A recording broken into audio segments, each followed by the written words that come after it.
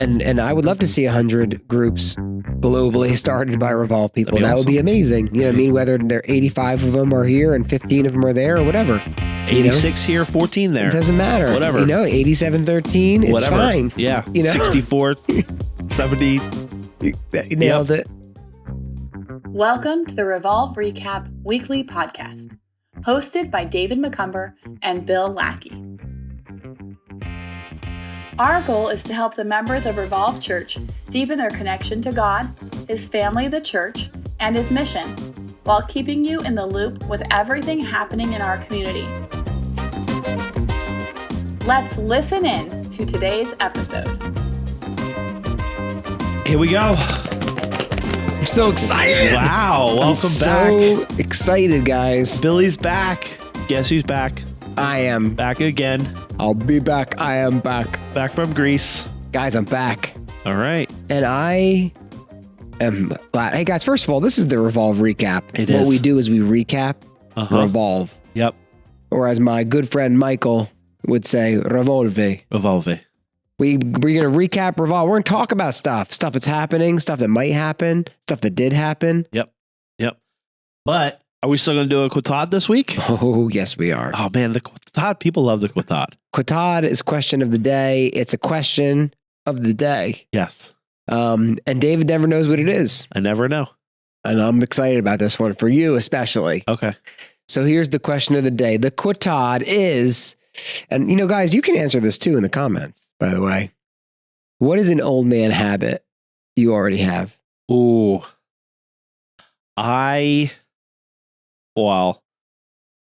Two things. I like the old man noises. Like every time I sit down, I gotta sit down. When I sit on the couch, when I get up, just getting down. Yeah, that's good.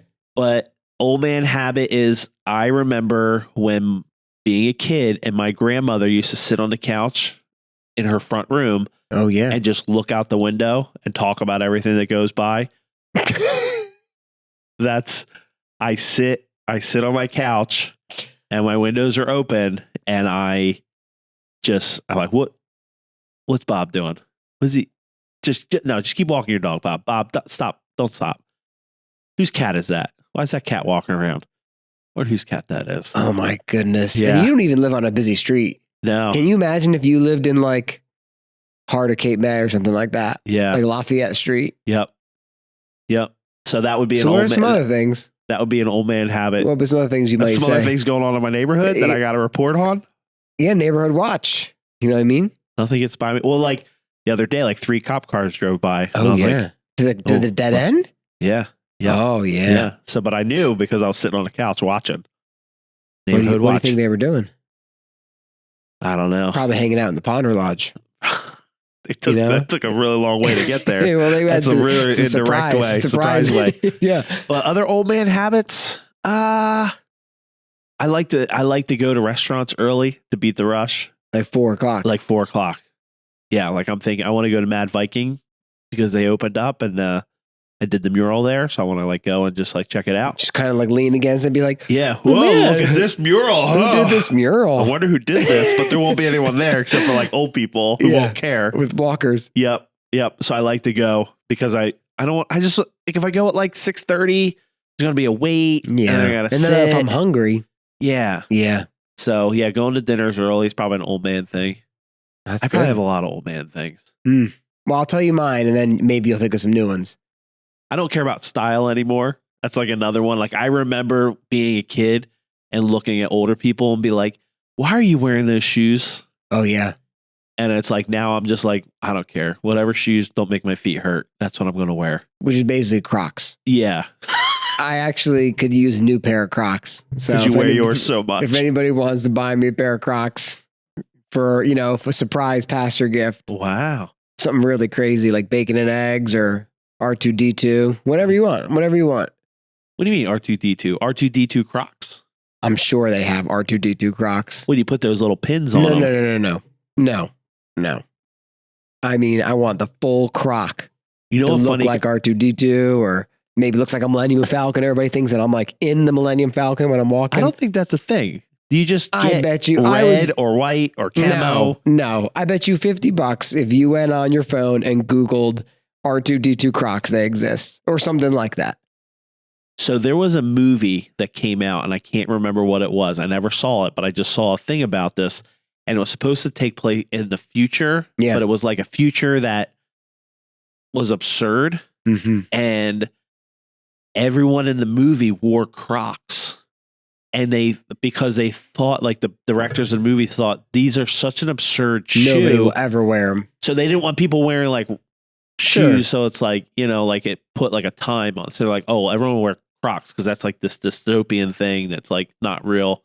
No one will ever. And then it was like a year later, everyone was wearing Crocs. Yeah, because they're comfortable. You know what I mean? They're also horrible. All right, they're not horrible. Uggs are horrible. Wearing sweatpants is horrible. Horrible sweatpants and Crocs. Yeah. All right, here are my old man things. Wow, you got a whole list. One is I do old man yawns. So like I can't just be like, I go like, whoa. like I do old man yawns like that. Wow. And also I catch myself when I'm thinking, I pull on my neck. Like the I've old man never neck. noticed that. And now all Like I'm going to see. I pull on my chin. Kind of like, it's like the equivalent of pulling on a beard that I don't have. Yeah. You know what I mean? Just kind of like pull on my neck. That's like an old, it's like an old man thing. Because I do. I stroke my beard all the time. And if I didn't have it, I just pull on my neck fat. I feel like that's an old man thing. In like 6 years, you're going to have like a little a waggle. A little waggle? What's it called? A gaggle? Yeah. And it's going to be like, well, if you didn't pull waffle, on it. A waffle? What is the thing? It's on like a rooster. A waggle? I don't know. Put it in the chat. A Google gaggle. All right. What else? Yawning? Pulling on your chin fat? Dad yawning. Pulling on my chin. I make comments to my kids' friends that I'm joking, but I think they think I'm trying to be cool. Like what? Like what would be an example? Like the other day, after they had a half day on Friday, and Emma went to like went to Pliable in Stone Harbor to get like some lunch with some of the girls from her class. And I was like, yeah, just text me when you're done. And I like pulled up to like, to pick her up. And I pulled up and there was like 4 or 5 of the kids in class who I'm not even friends with. Yeah. And I rolled down the window. I go, hey girls, what's up, queen? Oh my goodness. But I do it to be obnoxious. Yeah. But I think they think I'm trying to be serious. That's like, it's definitely an old man thing. That's When an you old man don't thing. care and you want to just embarrass your kids, yeah. that's definitely an old man thing. When I drop Corey off at school, I always threaten Love you. I always threaten him that I'm going to get out of the car. Yeah. Walk him to the door. Yeah. I'm like, if you Blast ABBA. yeah, Dancing Queen. If you Full don't get volume. out, I'm going to get out of this school. And the other day I did it. I got out and I waved to like all the classrooms, and he's like, "Get back in the car." Yes. Yeah. Old man stuff. Oh man, we could do a whole podcast of old man Old stuff. man stuff. Guys, what's your old man thing? Or old lady? I mean, You get excited about Harbor Freight emails? I don't. Really? Because it's just waste of money. I don't understand how you can have a new tool every day. I don't They're know, like, but I "New get tool, excited about them. New tool. And I'm like, Yeah. let's out there and just inventing new tools. Because this isn't Yeah. like a drill bit. Well, I remember cutting the grass as a kid was a punishment. Like my dad would be like, "Go out and cut the grass." Yeah. Like it wasn't like this is a reward for good grades. You get to go cut the grass. And now I'm like, well, I got to cut the grass, and it's going to take me 3 hours. Yeah, And it's like 'cause your I'm yard's driving not that big. I'm driving at level 1. So cutting the grass and like enjoying it, that's an Yeah. old man thing. Hmm. All right. Put it in the Old chat. man What are your things. old man things? So, ladies and gentlemen, Greek Billy, you should wear Greek Billy hat. I don't have a Greek Billy hat. All right. Well, that'll be a story for a later day. So we're going to take a quick break and we're going to come back and we're going to hear about Greek Billy's story. Greek Billy stories. Stories with Greek Billy. Good Greek boy.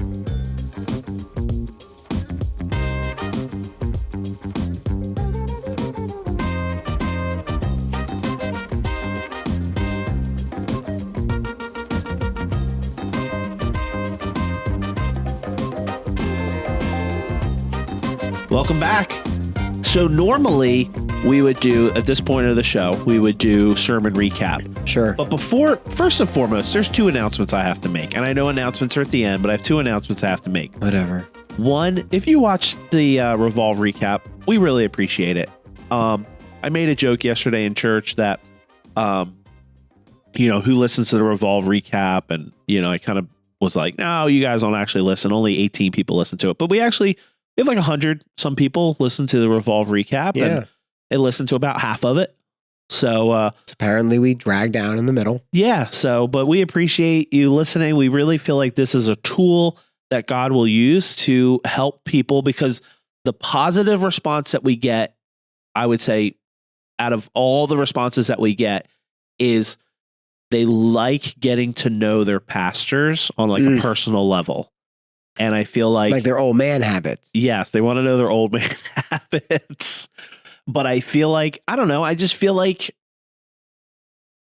the challenge of a growing church, like if you have a church that's got 30 people in it, you know everybody. Sure. And everybody knows you, and it's very personable. It's like Cheers. And it's hard to keep things feeling personal when you have 300 people. Mm-hmm. So this is like an opportunity, I think, as a tool to make things still feel like personal, like it's a small church. Sure. I mean, what are we going to do when we have 30,000 people? I know.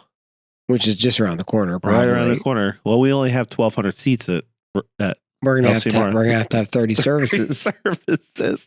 So that was my first announcement. And my second announcement is, if this is your first time listening to the podcast, or you're new to the podcast, Bill and I are really good friends. Bienvenidos. So I feel like maybe sometimes our banter may feel a little like yesterday at service. Like if you replay and you listen to the service, like we kind of made fun of each other a little bit on stage. And afterwards I was like, I feel like probably 80% of the church knows we're joking because they know our personality. Right. And like we travel together. We've been friends for a long time. The new guy. But I was like, man, the new guy must think, man, that worship leader's a real jerk to the pastor, to the reverend. Well, maybe you should recognize that. So just know that Bill and I are friends. And after the service, I texted him and told him how proud I was of him. And I thought he did a great job. New guy. He texted new guy. Yeah. But, so that's just something I felt like I needed to get off my chest, because I did feel like if you are new to the church, you probably don't know the dynamic, the Bill and David dynamic. Yeah. And guys, we're a small town, small church. We got funny stories, funny inside jokes, but we're old men. So like, I don't care. Yeah. But I had a guy yesterday that said that he came to the church. He's visiting. He was on vacation. And he listened to the podcast first, and he was like, that's the church I'm going to. Because those guys seem like some cool guys. Get out. What was his name? You remember? He's let's give him a shout out. Ebenezer. Okay, shout out to Ebenezer. He had 6 kids. Jeez, Ebenezer. And they were actually really well behaved. Oh, I was like shocked. I bet Ebenezer has. If I had 6 kids, they would have burned the church down. I bet you Ebenezer has a rooster that behaves, and chickens that behave, and a dog that behaves. And maybe he could teach me, because my rooster, my chickens, my dog. Yep. So, but he said, I'm here on vacation. I Googled churches in the area. I saw you had a podcast. I listened to it. Yeah. And he goes, I really liked it. And he says, I felt like it was very personable, and that the pastor was, somebody that I could be really friends with. And yep. So he saw my old man habits. Uh-huh. Oh my gosh, I can't unsee it. So tell us. So where were you last week, Billy? Okay. All right. Well, good Greek boy. No. So where was Bill? I was in Greece, on the island of Samos, which is, the reason Samos is a unique place is it's right off the coast of Turkey. It's actually, if you look at it on a map, maybe we can throw an image up on the map. Turkey like surrounds it on 3 sides, I think. And it's only like 1.6 kilometers from the closest point to Turkey, which is pretty crazy. Well, when you and I were on Samos, I threw a football all the way over the mountains into Turkey. I remember, because the guy in Turkey, he yelled through a megaphone, I'm going to put you into the game. Yep. And you were like, but I got this bum knee. Yep. Yeah. Napoleon Dynamite. Uncle Rico. Uh-huh. So anyway, yes. So it's super close. So what's going on? What's going on from Turkey to Samos? Why is that important? Well, because it's so close. So it's a safer journey to try to get there as a refugee. Yeah. And so the closest point is actually pretty dangerous on the Turkish side. It's like a cliff, but still that general area, the smugglers will put people in dinghies and just kind of be like, hey, turn the throttle, head that direction, that kind of idea. Yep. And so it's a safer journey than trying to go 10 miles or something Or like that. like when they leave from North Africa to go to Italy. From Libya to Italy. Yeah, you're where like 600 miles. Good luck. And Here's a hundreds of compass. people die. Yeah, Yes. right. And so, so that's why Samos is significant. And Samos currently is the island with the most refugees, which like 5 years ago, most of the refugees were on the island of Lesvos in Moria camp or Karatepe after Moria burned down. But now there's only I think 500 people on Lesvos. But they're anticipating like 5,000 to 6,000 this summer on Samos. So Samos is like the new hotspot. So at Revolve, we exist to glorify God by making disciples who make disciples who make disciples to reach the nations. With perpetuity. Yes. So why is this important? Why is refugees from the Middle East, from North Africa being on Samos? Why is that important to Revolve that we go there and we send teams there? Yeah. So for an example, the two main ethnicities that are currently in Samos are from Yemen and Afghanistan, both of which are closed access countries. So obviously, Which Revolve, means you Revolve can't bring a short-term You can't just show team. up to Afghanistan and be like, "Hello, Taliban. We got all these Bibles. Yeah. We want to make disciples who make disciples." Yeah, that's right. Mr. Yemen, we're here. Yeah, Can't get there. So Can't- people yes. from Yemen and Afghanistan are going to Samos, correct. and the Greeks are like, "Come on, Billy." Well, the Come to Greeks, Billy. the Greeks aren't evangelical, No. but we can go because Yes. the Greeks, we obviously Americans can go to Greece in the European Union, and so it's just a strategic location to bring the gospel to unreached people group. Unreached people group being an ethno-linguistic group of people that don't have a self-propagating movement of the gospel within their own cultural context. Yes. That was good. So the reason that we're going to Greece is to reach people who normally couldn't be reached. Right. And we want to see movement, and we want to, like we equip our people in Revolve to read the Bible on their own and then to read the Bible with their friends. Yeah. We're trying to do the same thing with our mission trips. Exactly. Right? We're trying to, and then so our hope with these trips is one, it could be sowing seeds of the gospel. Two, if you meet someone who's a new believer, it could be giving them basic equipping. And three, it can be networking for the time when they go from Samos to Athens to Germany, wherever they wind up, because we have partners in the European Union that we can kind of connect them with who are Arabic speaking or Persian speaking. So yesterday, if you were in service, we went through a series of questions interviewing the team. There was 6 of you that went. Five, including me. Yeah, 5 including you. 6 of us on the stage because you were there. Yes. I was only there in spirit, though. Oh, no, you were actually physically there on the stage. In Samos? No, not in Samos, but on the stage you were there. So 5 of you went to Samos and you shared, we asked these questions, but you didn't really get to talk too much because you let the team speak. Sure. So I figured what we could do for this episode is kind of ask you some of these same questions and get, Billy's See if they were lying. Yeah. Cause I don't know. I don't know Gabrielle too well. She seems like a Trickster. Well, Actually, I guess we'll find out. I guess we'll find out. But I want to go a little out of order. Oh boy, hold on a second. So Throw out where the did you map. see? So originally this trip was to Southeast Asia. Yeah. And that got hijacked because of the war in Iran. Things became really complicated. Yep. So what happened where you were like, let's go to Greece instead? Well, I basically, with the war in Iran, our flights kept getting redirected because we were going to connect through Doha. And so I basically gave the Greece team or the team at Southeast Asia team at the time some options. I said, look, we can either pay more money and still go.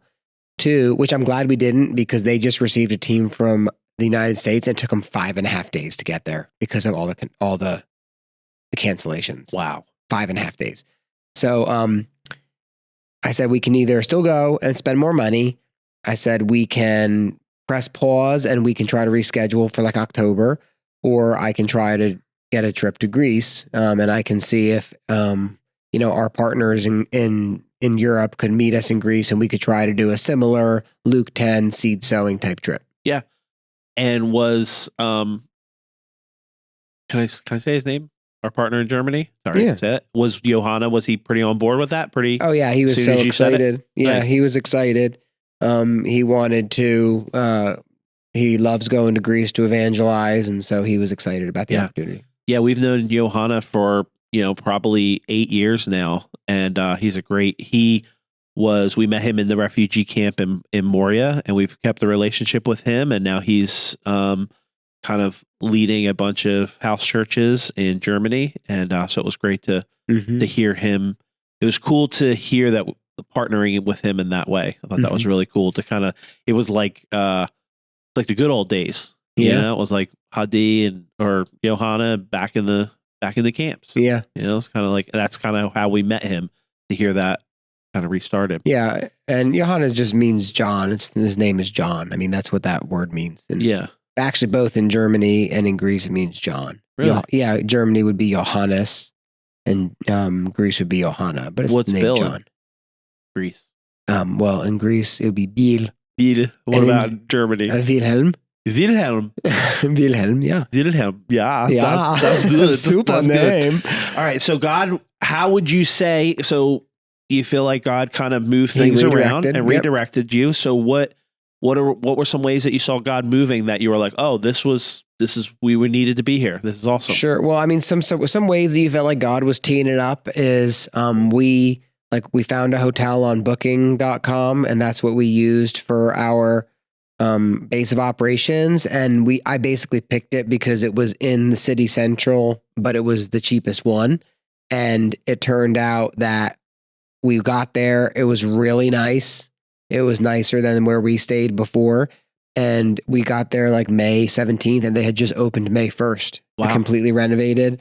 And so it was brand new. It was cheap. And it was like a block and a half from the city center, or the center that we were volunteering at, and 2 blocks from the bus stop. So it was like right where we needed to be. Wow. So that was totally from the Lord. That's awesome. Yeah. So what about, were there any apprehensions from the team that when you said, hey, we're not going to Southeast Asia, we're going to Greece instead, how was the team's response? Well, some members of the team decided to wait until October for the secondary trip. But most of them were like, I don't really care where I go. I just feel like the Lord wants me to do a trip. Yeah. That's kind of where most of them were at. And so they were all excited. Everybody was going into it like, I have no idea what I'm doing. Yeah. Because when Revolve does trips, it's not the way you might think of a trip at a previous church where you're like, oh, we're going to paint this, church building, or we're going to do a VBS, or where you have like a very structured, I know what my task is, I know what this is. We go very much like, hey, we don't know what the Spirit is going to do, but we're going to go, and we're going to be prayed up and read up and equipped and just see what God does. Yeah. So typically when you go on a missions trip, like when we went with Living Water, Sure. or was that called Living Water? Living Yep. Water. Like we went, there was a guy there, they had a job for us, there was a church that we were going to go to, it was all very planned out. Like you didn't even know, well, we'll talk more about this after the break. We'll talk more about the center, but like you didn't even know that center existed, right? No. I mean, you just kind of went and was like, where the Lord leads, we're going to go. So to go on that type of trip is really, it takes a special attitude. Yeah. Yeah. It takes very much a, here I am, Lord, use me. Yeah. So it's like, if you're, a welder and you're like, I'm going to go and I'm going to weld this Maybe not something. And then you show up and they're like, no, you're actually going to be sharing the gospel at a bus stop and making hummus. Yeah. And then you're like, no, I'm a welder. This is what I'm doing. That's it. You don't want to I be even that brought guy. my acetylene tank. Yeah. You know what I mean? If you bring an acetylene tank on an airplane. Yeah, I think you get in trouble. So we're going to take a quick break, and then we're going to come back, and then we'll kind of like walk through like what a day in the life of Greek Billy looked like. All right, I'm ready. You ready? Uh-huh. All right. Thanks for hanging out with David and Bill. If you're enjoying the Revolve recap, don't forget to make it official. Hit that subscribe button and leave a review on YouTube, Spotify, or Apple Podcasts. It's the easiest way to stay in the loop with the mission and the family here at Revolve. Go ahead, give that follow button some love. And now, back to the guys. Hey, welcome back to what do we call it? It's Revolve recap, but what do we Grease recap. The Grease recap special edition. Yeah. No, that's not Greece. That's more Arabic. Is there what's like a Greek? I can't a Greek sing song? it. I mean, What would be like a Greek song? I don't know. You have to look it up. I don't know. I feel like every time I'm in Greece, It's always got them. every time I'm in Greece, it's just like French dubstep playing. Like they have every cafe is like this Yeah. and they're singing like "Wish You Were Here" by Pink Floyd like in French. Uh-huh. Like "Wish You Were Here." That's every Greek cafe I go into, and I have a friend, my friend Nico, who's from Greece. He has a restaurants here, and he the last one he opened in Wildwood. He's like, I wanted to feel like a Greek cafe, and the first time I went, music, it's like breakfast, and the music's at 15, and it's just like wish you were here, and I'm like, you nailed it. You nailed it because I feel like I'm in Greece. Am I right? Yes. It's actually it's very accurate. You're just wanting to have I think the technical some feta and eggs, and it's like I think the technical term for the music is vintage cafe. It's like that. So if you Google it on Spotify or something, you would get it. I'm gonna try to find something. I'll try to play it underneath. Yeah, but the classical Greek music is a little different. But anyway, so Greece. All right, so you're in Greece. Recap. You get up in the morning? Yeah. You're like, yeah. Old man yawn. Wake up. What's the rest of the day look like? First things, turn on the hot water heater because that's one of the Greek things. It's like you turn the hot water heater on, you let it sit for 5-10 minutes before you go take a shower. Yep. Thankful that we had hot water because we've gone to Greece before where it was a solar tank on the roof, and if it was cloudy, you didn't have hot water, right?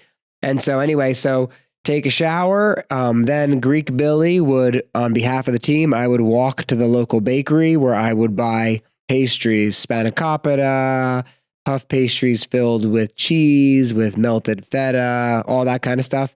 Bring back an assortment for the team. Wow, what a guy. Get some Americano coffees. And then we would spend, I normally do quiet times before all that. And then we would get together, and for 2 hours, we would do a training and prayer time, basically. Mm-hmm. And so, very similar to doing a condensed ABCs or a micro hub. Mm-hmm. We went through Luke 10 and talked about fishing for men and Jesus' strategy for reaching the lost. We talked about how to do a discovery Bible study. Talked about a simple house church. We talked about the triangle of what is a healthy disciple, about John 15 and an abiding heart. What does an abiding heart look like?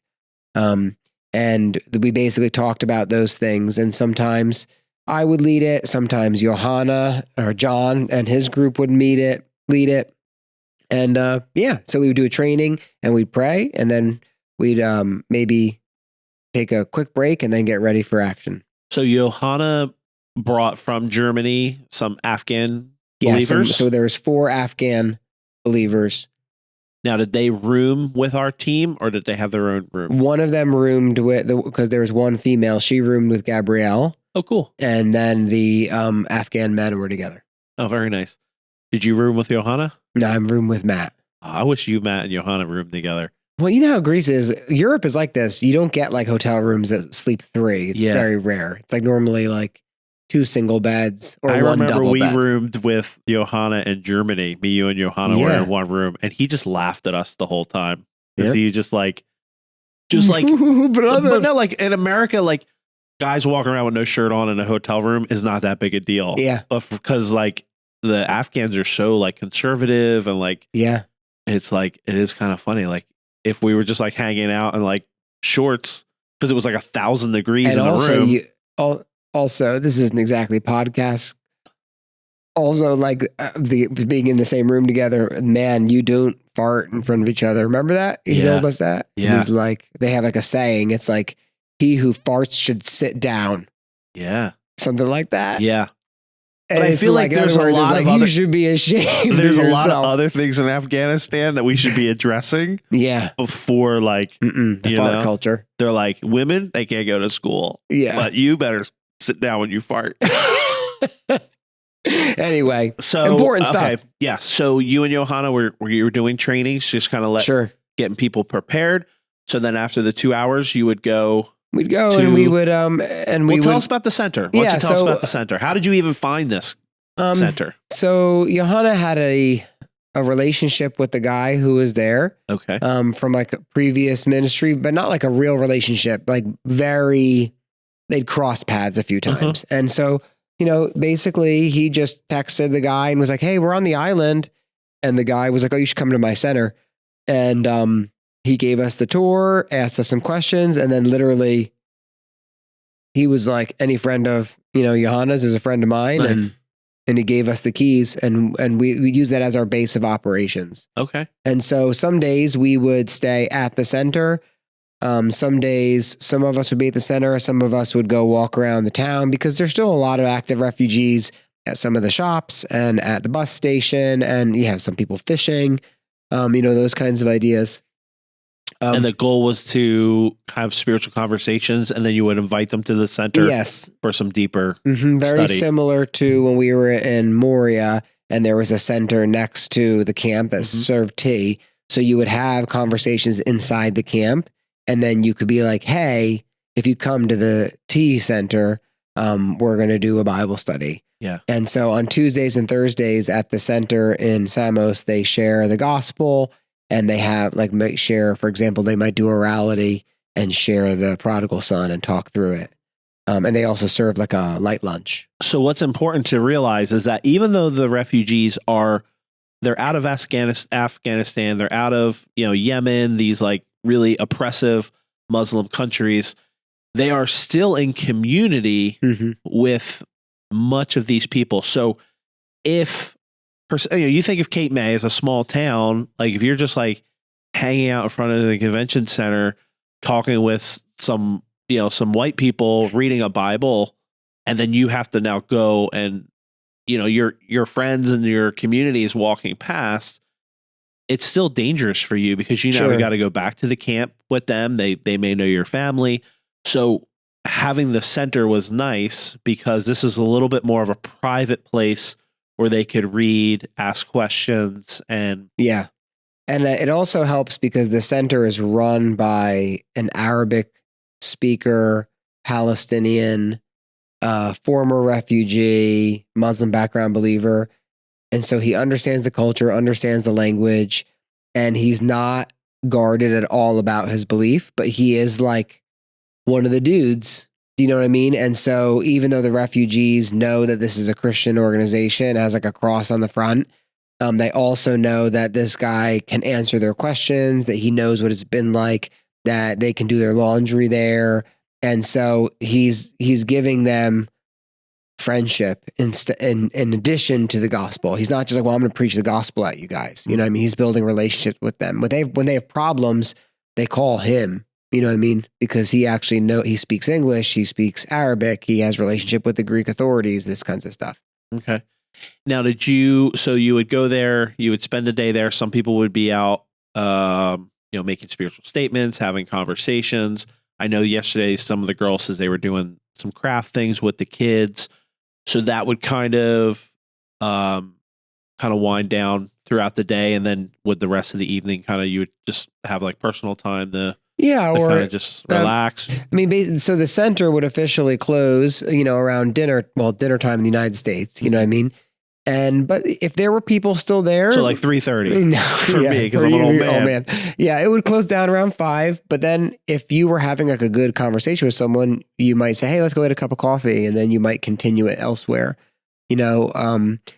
At that point in time, typically what would happen is we had something going on a lot of the different days, whether that was a ministry thing that we could participate in, or whether it was a conversation, or whether the weather was still nice and you were like, I think I'm going to go and try to share the gospel down by, the harbor or whatever it might be. So there was one night you told us that there was did you show the Jesus film, or there was some sort of outreach or something? What was, we didn't talk about that yesterday. Well, that was the Tuesday and Thursday where they share the stories. That's a part of the. That's a part of the day. It happens around 2:00 in the afternoon. Okay. And then they give them like a lunch after that. Okay. Yeah. All right. So let's take a quick break, and then we'll come back and we'll just kind of talk about, maybe some of your big takeaways and what you're chewing on. Sure. What you chewing on? So we're still staying the the format. Greek, but it's See like what I'm Greek doing? chewing. Yep. What you doing on? What you doing on? That's Russian. I don't know. I'm horrible at accents. Well, what is a Greek accent? You know what I mean? Got a question about last week's sermon? A discipleship challenge you're navigating? Or maybe a question of the day that David and Bill need to answer? We want to hear from you. Send your thoughts and questions over. info@revolvechurchnj.com. Your voice is a huge part of the conversation, so don't be shy. Drop us an email and you just might hear it on a future episode. Welcome back. Oh, you gonna try it? No, I just was quoting Michael Scott. From Yeah, The just like Office. a Michael Scott impersonating. Mykonos. And then what's Holly's girlfriend? Doesn't she like I they forget. talk? I don't know. You were in Greece for a week. You can't. I'm good in Greece. I can't do it. It doesn't matter. So what you chewing on, Billy? So what, yesterday you said this, there's potential this could be ongoing partnerships Sure. with the center there. What are kind of the things that you are chewing on? Your experience. So everyone on the trip this was their first trip. Yeah. This was their first mission trip, first time to Greece. So you as a seasoned veteran, obviously has a different Oh, man. experience than them. But it sounded like they had all had a positive experience. They had a great experience. I think that this was one of the best across the board experience trips you could have had. Like if this was your first mission trip, you got a home run. Yeah. You know what I mean? Yeah. Like everybody had a great opportunity. Everybody had like a powerful story that they could leave with. Yeah. You know what I mean? And that you just can't prepare that. You can't plan that. Yeah. Well, and Matt had asked me before, he was like, asking for advice on, and I basically was like, just keep your expectations in check. Cause like when we went to Samos, it was like Dead. It was dead. We were like 3 days of just wandering around, no conversations. But you and I, because we've been doing it long enough, we were mature enough to be like, okay, this is just going to be a prayer retreat. Yeah. And we turned it into a prayer retreat and we just spent hours in prayer. But for someone who's like, this is my first trip, I'm going to hit the ground Sure. running. I'm glad that it was, it could have been really like discouraging, I guess. Yeah, no, and the Lord really teed it up. I mean, I felt like it was a great trip. There was great opportunities, even the way that he provided like the strong English speakers for everybody to engage with was powerful because, people like me are used to being able to speak through Google Translate. But if you've never done that and you kind of like slip into using like idioms and things that you're not used to, not even aware of the fact that you're doing it. Yeah. You know what I mean? Like what you're chewing on. Yeah. Like if you translate that literally, they're gonna be like, brother, I'm nothing. I'm not eating. Yeah. You know what I mean? That kind of idea. And so there's a way that you have to know how to talk with people. And then just being aware of things like these are the questions that are going to come up every Muslim conversation. These questions are going to come up. You know what I mean? And being able to navigate that. And the guy from the center did a good job of giving the team some basic equipping in those things. That's great. And so that was really helpful, I think, for them as well, even just to understand more. So I think what people really like when you come back from a trip is they like hearing good stories. Yeah. And yesterday we heard some good stories from the team of just, different people, like the one lady, Ruth, like that was From really Uganda. was really powerful. And I think because of we have a connection now with Uganda, like we have Uganda people coming to our church and so there was like a nice connection there. But I would be interested to hear from you, Bill, as someone who's a very strategic, visionary, forward thinker. What are you chewing on? What are you thinking? Like, Where do we go from here? Yeah. And I know, and this is brainstorming, and I know that you got to talk to the elders and you're still praying through it and all that. But, I think that get people excited about what you're thinking about. Sure. Well, I think that, I'm always on the lookout for where God is moving and how we can join him. Yes. And so I think the things that I'm thinking through are, Lord, are you moving here right now? I loved the center and I loved the man that we met, but I don't even know if you can go based upon like, Lord, are you moving at the center? Because we have no control over the center. The center could get shut down tomorrow. You know what I mean? I don't think that will happen, but I think the question is, Lord, are you moving on Samos? Mm-hmm. And I think the answer to that is yes, that there are opportunities on Samos. I don't think it was on the same level of what we experienced in Moria. But I think if that's your only benchmark, Moria is going to skew your results because that was supernatural, unbelievable. You know what I mean? But I think that you could have more conversations in a week where we just were than I think you could have in a lot of other places. Yeah. And the fact that the center was there was very helpful because it gave you a platform to be there. And I think if the guy who runs the center knew we were coming, he would even probably try to plan more things so there was even more of a reason for people to be coming to the center. So I think at the center, the reason it was interesting and what I'm chewing on is that everybody should have some basic equipping, a basic equipping to share. And I loved the way we did our trip where we did training and like training in the morning and then to do action in the afternoon. I think you probably could even flip that and say, we're going to do training, from 6 to 8 o'clock at night and then a full day of ministry if you really want to, since that was like the downtime or something like that. Mm-hmm. Or you could say, well, we're going to front end training on Sunday when the center is closed, Sunday and Monday and Wednesday, that kind of idea. Yeah. I think going back to what I was saying, there's going to be opportunities to share the gospel. There's going to be opportunities to serve. Some people, they would like to plan some crafts with the kids and build a relationship with the moms. Some people would hate that. Mm-hmm. Some people would love to be able to help serve lunch on Tuesdays and Thursdays. Some people would rather sit down and have a coffee and try to share the gospel. And so I think there are some opportunities to go. Now, the question marks would be things like the center was probably 85% men. And you have to remember, if you're not familiar with Muslim culture, you don't interact with the opposite sex. Mm-hmm. And so a lot of the people who came up to me yesterday after the service were women. And I don't want people to get too excited because you can't go to the center and interact with a bunch of men. Yeah. And even when we were at the center, at one point in time, some of the people stepped out because they were in other conversations, and I came in and there was a group of like 6 or 7 Yemeni men who were interacting with our 3 women. And I had to like clearly step in and like wedge through and kind of like push the girls off to the side. Mm-hmm. Because by the time I came in, they were making comments that were like, maybe you should marry me. I think if you were with me, I would finally be happy. And if you really want to make me happy, like this kind of idea. Yeah. You know what I mean? And so, and if you pay attention, like you're trying to be like friendly, show the love of Christ, you might inadvertently be sending the wrong impression. And so I think there needs to be some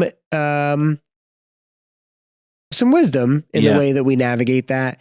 I also think that, when you and I brought our families to Moria, it was a vision trip. Mm-hmm. And so it was a vision trip as in like, we were trying to see if the Lord wanted us to move our families there. Mm-hmm. I know a lot of people want to bring their families there and maybe that's okay. But I don't know if the center is currently really designed to be like, yes, and there's very obvious things for my 12-year-old to do. Yeah. That kind of idea. Yeah. And maybe there will be, but honestly, those aren't questions for me. Those are questions for the guy who runs the center. Yeah. But these are all the things that I'm processing through. Yeah, no, I think that's good. Just to hear it, that it's, just to kind of hear what you're chewing on. Yeah. So I want to move forward. And I think the next logical step is obviously to plan another trip because you're not going to learn. You're not going to learn much from 4 days. And so I think the idea would be, well, let's get another team there. Let's line up a time, where they can go and they can volunteer, maybe even for a little bit longer. Maybe they, instead of just being there for a week, maybe they, for example, arrive on like a Saturday. Sunday is like a training recuperation day. And maybe they stay they work Monday to Friday, and maybe they leave either that weekend or they even stay through Tuesday of the next week, that kind of idea. So you get lots of time because the weekend's dead. Yeah. The refugees don't come into town on the weekend. It's 12 kilometers from the refugee camp. So it's a long walk each way. And the buses don't run on the weekends, or they only run like one time a day or something. So I do think there's opportunities. I want to be strategic with how we spend our time. And I think that we need to remember the goal is always to be a blessing and not a burden and it's to free up the nationals who speak the language. And so if we would go to try to free them up. It's not for me to preach the gospel and him translate for me. It's for him to preach the gospel. And how can I help feed people into the building, or how can I free him up? And so, so that's kind of what I'm chewing on. No, that's good. So we are working, we are talking, we started talking in the beginning of the year about Catalyze Cape May. Yeah. That is something that you talked about on in January for a few sermons. And so what I'm interested in, that I think we can kind of wind it down after this, and we'll do announcements afterwards. But how do we trying to think of the best way to communicate this? How do we catalyze Cape May? We do 100, where we feel like God has given us a vision for 100 new Discovery Bible studies for 2026. But then how does that play into still being concerned and keeping a pulse on international missions like this? Because it's the same skill set. And I think that's what I think clicked in our team's mind this week, is that it's like learning to read the Bible and abide so that you're connected to the vine, learning what is a healthy disciple, learning how to do a Discovery Bible study. There's a reason we teach you these things. Like, you don't need a Discovery Bible study because you can go to a Bible study at any church in America. But if you are 3 Ugandans in a camp, you can't. And so teaching them how to do Discovery Bible studies so they can form a simple church when there's no clear leader, there's not even necessarily a clear, mature person. You know what I mean? That kind of idea. Like, those women, they were Christian. They were not mature Christians. Like, I think that was maybe unintentional communication yesterday. Like, they were not mature. Like, they accidentally went to a Jehovah's Witness Kingdom Hall and didn't understand what the difference was. So this isn't like if David was at a refugee camp and it's like, well, David just misses community. It's like, it's like, these are people who are probably going to fall into a cult if they don't find health. It's like that kind of idea. Does that make sense? And so I think realizing that the same stuff that we equip you with here is what you need to reach your friends where you live, work, learn, and play. And then it's the same thing. It's biblical principles that transcend culture. Yeah. And I think that's really important, that the things, what we teach in the ABCs, what we teach in the hub, the pipeline, all of our discipleship training is their biblical principles. So they work on an island in Greece. They work in a tent. New York City. They work in New York City. And I just think that's really, I felt like that was really powerful yesterday when I hope that was communicated to the church. Yeah. That the team that went was like, hey, this is all stuff that we should be doing here. Right. Or doing there, or stuff that we're doing there, we could be doing here. Exactly. So it's really interchangeable. So whether we start 100 Discovery Bible studies here in Cape May or 100 Discovery Bible studies in Greece, it's going to be done the same way. And it all relies on the Holy Spirit. Amen.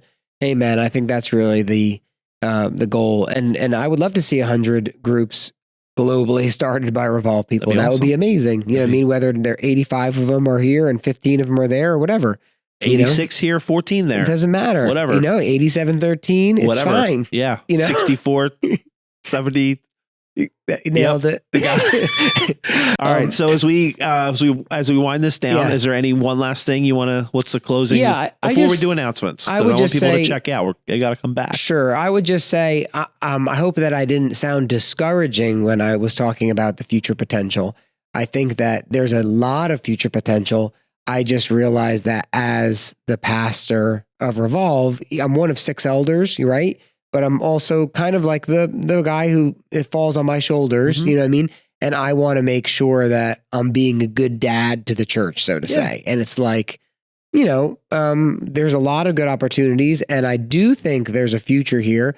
I just want to sit on it for a minute instead of because I have found for myself when I get too excited too quickly, it typically turns into a bad mistake. Well, and maybe that was my fault putting you on the spot by asking you that question. No, I'm not offended by it. We don't really plan these podcasts, so I just got whatever comes out. So, but I think even you just saying that, like, hey, I'm chewing on this, I'm processing this, I think is good for people to know. It's just like, hey, we're not saying no, we're not saying yes, but and I think it's good that people know that individually we want to serve God with our time, talents, and treasure. With our church, we want to serve God with our time, talents, and treasure. So it's like, where are we spending our time?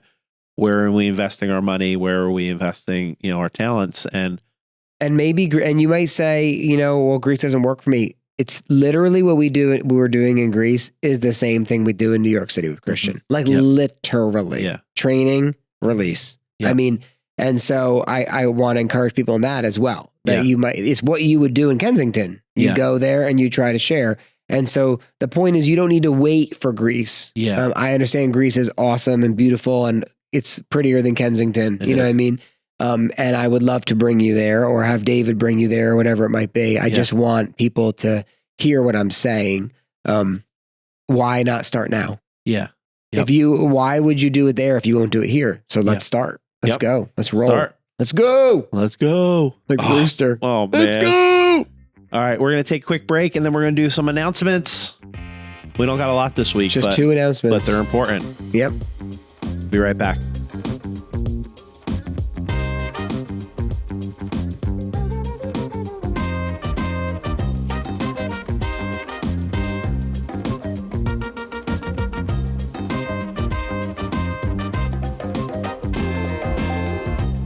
Hey, we want to welcome you to Revolve Recap Weekly Announcements.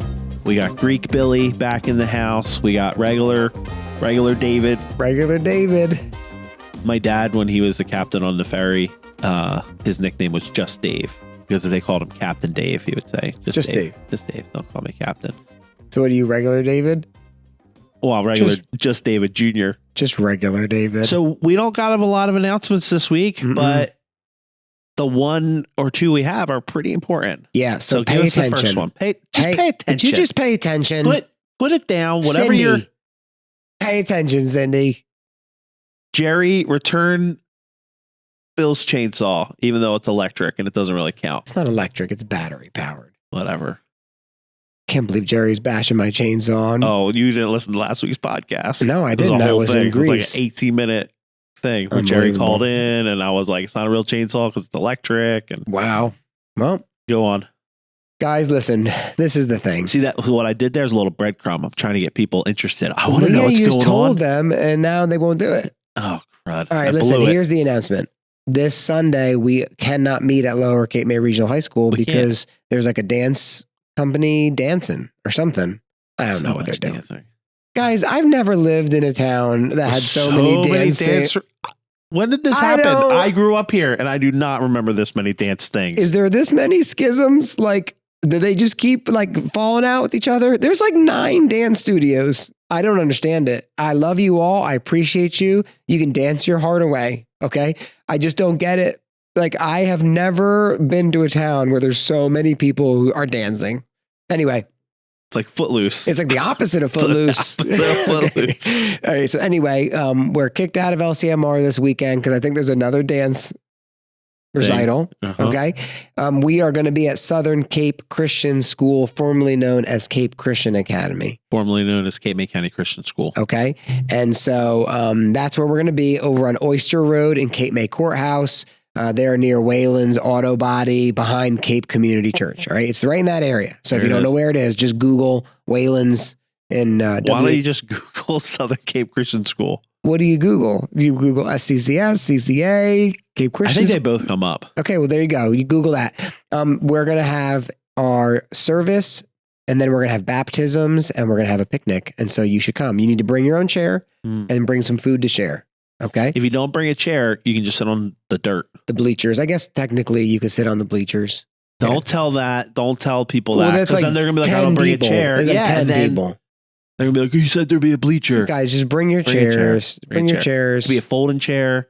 Could be a lawn beach chair. Be a little camping chair. Yeah, it could be any I'm of going those to bring things. a 5-gallon bucket. Just sit right down on the bucket. Yep. Like Strong Bad. Yep. Or sit down on the The bucket. baptisms, there's like 15 people being baptized. I know, and I'm hoping that we get some love it. more. Yeah. And I just want everybody to know that I bought an inflatable hot tub for the baptisms. Really? Yeah, because I was going to buy a feeding trough, and it was like almost the same amount of money. Mm-hmm. And because you had to buy like the 300-gallon Yeah. feeding trough. And I was like, where am I going to keep this thing? Yeah. Like, what am I going to do? Just leave this in my backyard collecting chicken crap? You know what I mean? Horrible. And It's so then I horrible. was like, but if it's a hot tub, You could just leave it in your living room We plugged could- in. or we can do live podcast live from the hot tub. That is amazing. I actually knew a guy who had a hot tub in his house, and there was so much like mildew and mold I'm inside the sure. house. I'm sure. But maybe David and I this summer, maybe we'll get swole, and then Yeah. we'll do like a live from the hot tub Revolve recap. All right. So this Sunday, Bring some food. Bring a May chair. 31st, bring Don't some show up food. at LCMR. Don't show up. Tell everybody you know. Yeah. Even if you know a kid who's dancing, like, I'm not going. I'm going to watch the baptisms, and I'm bringing me a potato salad. To share. Now there's something else that I want to announce. Something brewing. Something else brewing. Something And on the. I don't up and know. up? I don't want to talk too much about it, but we talked about this thing in January called Catalyze Cape May, Mm-hmm. and we really want to see it get some legs. So I think we're going to see next week maybe it start getting some legs, like a gremlin. Like, Yeah. I don't Love think gremlins grow legs. Do they? When you I dump don't water on them? I don't know, but be on the lookout, folks, because the Lord is getting ready to blow a wind. Whoa. Yep, we got the This is- sail set, we got the ropes, Oh, man. we got the boat pointed in the right direction, and I feel like the Lord is about to start blowing a wind. Can I just say something on that? I normally don't pray this because I fear success as a church. Because I like Revolve the way it is. I don't want to be a church that, has 7 locations. I don't want to do that. So much drama. Right. So much drama. But here we go. But I kind of unintentionally, inadvertently, as I was walking on stage yesterday and I was looking out at people worshiping, and I was like, Lord, fill this room. Uh-huh. And I just feel like It's coming. I do. Me too. I just feel like the Lord, I feel like the fact that we have 1,300 seats, the Lord is going to start really blessing. And I just feel like that room's going to be full. Yeah. And if Wawa is any indication of what the summer is going to be like, when I went to Wawa like 2 days ago, it's a madhouse. There's going to be a lot of people showing up this summer. Hope they're super rich. You know what I'm saying? Because someone's got to pay for me and David to go to Greece. Hey, thanks for listening to the Revolve recap. If you only listen to the announcements because Jen emailed it to you on Friday, go back and listen to the whole episode. Yeah, because otherwise you won't know who Ebenezer is. Yeah. Yep. And hey, Ebenezer, thanks for listening. Yeah, I appreciate you, bud. Appreciate I'm going to call you Benny. Thanks, That's not Benny. his name. Well, he's going to call you, Ebenezer? and he's going to call you Wilhelm. That's fine. He can call me. He can come up with a new nickname for He's me. not German. Okay. See you guys. See you, Ebenezer. See you next week.